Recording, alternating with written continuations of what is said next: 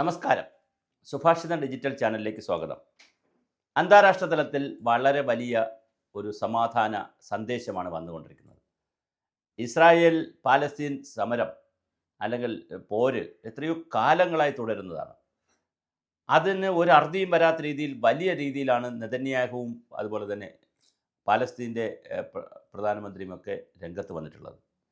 ഇപ്പോൾ ഹമാസിൻ്റെ യുദ്ധം വളരെ യുദ്ധമാണ് ഹമാസ് നടത്തുന്നത്. ഗാസയുടെ പ്രശ്നങ്ങൾ ലോകത്തിലാകെ ഇന്ത്യയിലുമൊക്കെ എല്ലാ രാഷ്ട്രീയ പാർട്ടികളിലും ഒരുപാട് കൺഫ്യൂഷനുകളും ചിലരൊക്കെ അങ്ങോട്ടും ഇങ്ങോട്ടുമൊക്കെ ചർച്ചകളും പലരും പിന്തുണയും വലിയ തോതിലാണ് ഈ ഹമാസ് ഇസ്രായേൽ വിഷയം കിടക്കുന്നത്. പക്ഷേ അതിലൊരു അറുതി വരുമോ എന്നുള്ളൊരു സംശയം നമുക്കുണ്ട്. കാരണം അറുതി വരാനാണ് സാധ്യത.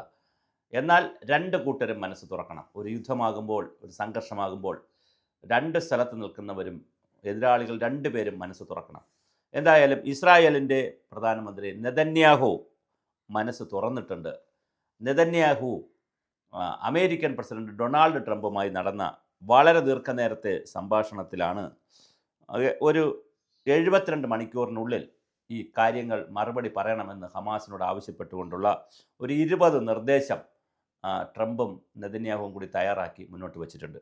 ആ 20 നിർദ്ദേശവും നെതന്യാഹു അംഗീകരിച്ചിട്ടുണ്ട്. ഇനി മറുപടി പറയേണ്ടത് ഹമാസിൻ്റെ ആളുകളാണ്. അത് ട്രംപും നെതന്യാഹുവും വൈറ്റ് ഹൗസിൽ നടത്തിയ ചർച്ചയിലാണ് ഇത് തീരുമാനമുണ്ടായത്.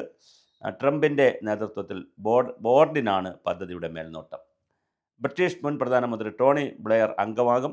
ഗാസയിൽ ഹമാസിൻ്റെ സൈനിക ഭരണശേഷി ഇല്ലാതാക്കുക, ഗാസയുടെ പുനർനിർമ്മാണം, മാനുഷിക സഹായം തുടങ്ങിയ നിർദ്ദേശങ്ങൾ പദ്ധതിയിൽ ഉൾപ്പെടുന്നു. വളരെ മനോഹരമായ 20 ആശയങ്ങളാണ്.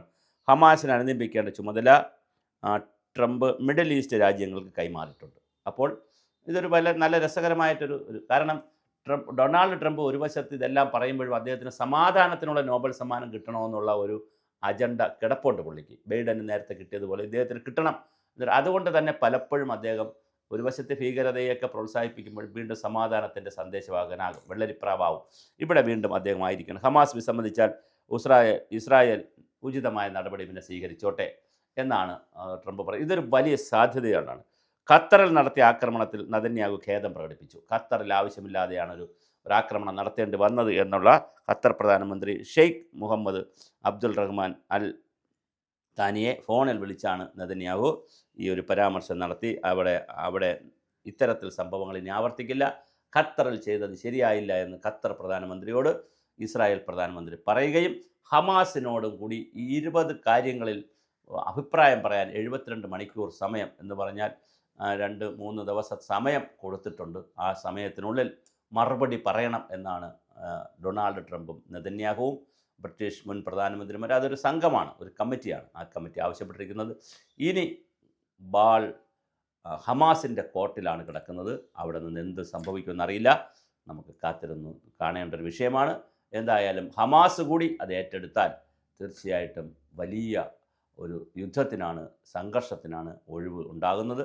അതുണ്ടാകുമോ എന്ന് നമുക്ക് കാലമാണത് പറയേണ്ടത്. എന്തായാലും അടുത്ത 72 മണിക്കൂർ ഈ രാജ്യങ്ങളെ സംബന്ധിച്ചും ലോകത്തിൻ്റെ സമാധാനം കാംക്ഷിക്കുന്നതിനെ സംബന്ധിച്ചും നിർണായകമായ നിമിഷങ്ങളാണ്.